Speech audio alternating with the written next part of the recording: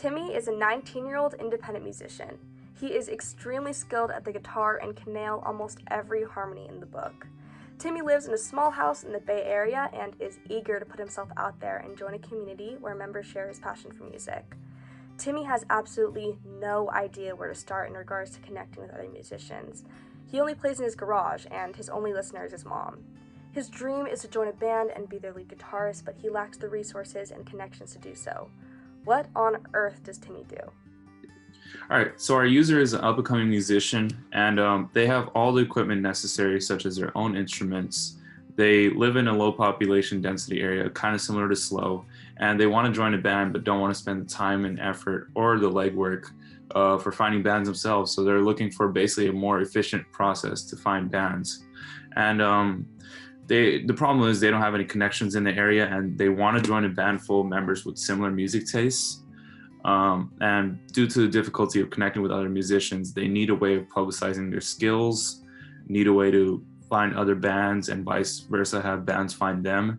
And also they need a way to connect more easily with people that own potential venues or just have more connections in the local areas in terms of music. That's the problem that they face. And the negative impact of the problem on our user, the up-and-coming musician, is that it doesn't allow them to really develop their skills, and it discourages them from socializing with other potential members. First being that they're not getting much playtime or exposure to the music scene, so they're not improving their own skill set. And second, in terms of a discouragement, is they don't want to necessarily put in too much work, or they'd rather look for an easier way to find other band members. While brainstorming services that help people connect, one of our group members brought up the app Tinder. Tinder is a popular dating app that shows singles a curated selection of other singles based on their preferences and filters. We thought that creating a service similar to Tinder, but for our focus group, would solve the problem because of how effective and popular Tinder is. In the end, we decided to move forward with creating a prototype app that matches aspiring musicians with bands trying to fill a spot, calling it MUsync. The prototype was designed as a slideshow presentation. We created a series of slides that would represent different screens in the app if we were to create a fully functioning app after testing the prototype. When determining which features to include in the prototype, we looked at existing social media to see what users might want. Some of these features included two-factor authentication in order to secure user accounts, and the ability to report accounts that were misusing or abusing the service. Here's how the prototype works. First, the user creates their account with their personal information, just like creating an account on any other website. Then, similar to Tinder, our prototype allows the user to select certain preferences to help better match them with bands that fit their needs. These filters include things like what instrument you play, whether you want to play the hobby professionally, and your favorite kinds of music. Next, the user can select specific filters that will curate the bands that are shown to the user, like what exactly they want to do in the band and the maximum distance they want results from. In our prototype, these filters were pre-selected because we did not create a functioning filter system for the prototype. Now that the initial setup is complete, the user is shown a series of bands that they can either like or dislike. Afterwards, they see all the bands they matched with and can message them through our integrated messaging system. MUsync solves multiple aspects of the problem of young musicians not being able to connect with other musicians.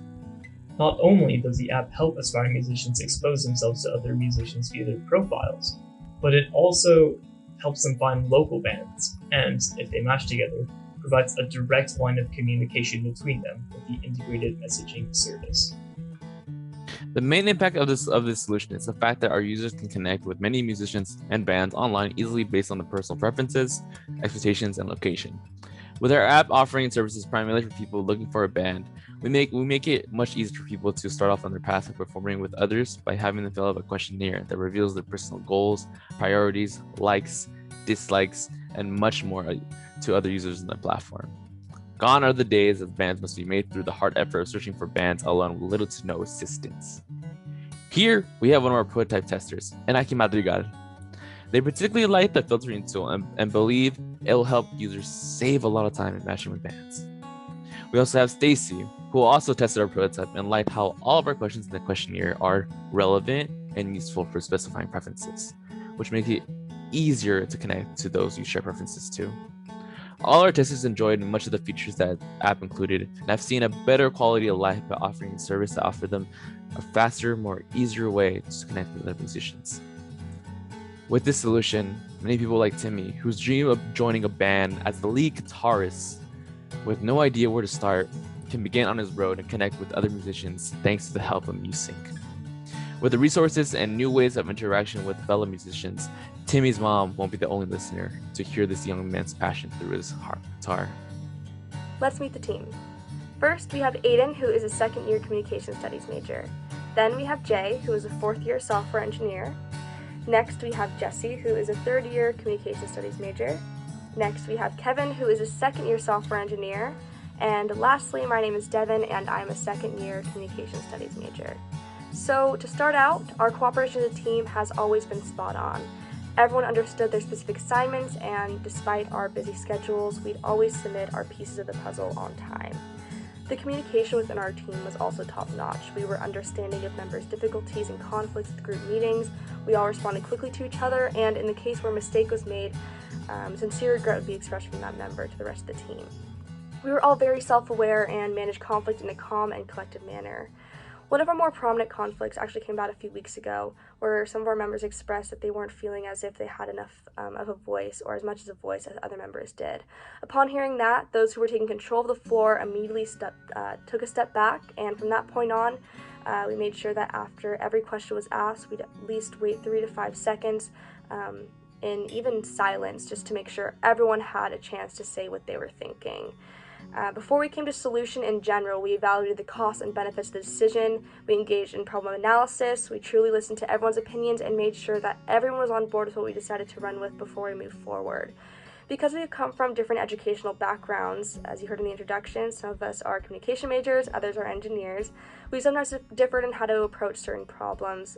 Some of us acted with more emotion, others with more logic, but we always came to a shared solution or compromise. We all held equal amount of power in decision-making, and each member would enact leadership or followership qualities depending on whose strength was needed in what moment. Design thinking was also a huge factor in our prototype process. Conformity really wasn't in our vocabulary, and we thought outside the box. This whole process was extremely rewarding. Even though our team was virtual and virtuality was the overarching theme of this quarter, I'm sure we all hope that we can connect in person one day. Go Mustangs! Hey everyone! So in terms of our next steps going forward, my team and I would continue to meet outside of class once the course is over, and we would continue testing our prototype and creating new prototypes until we can finally reach a point where we see no more improvements necessary, no more feedback from our testers that we need to work on, and we can create a fully functioning version of the app. All right. Thanks for listening to our presentation, and feel free to contact us at MUsync@MUsync.com if you have any further questions or would like to bring the product to life. So, yeah, thanks.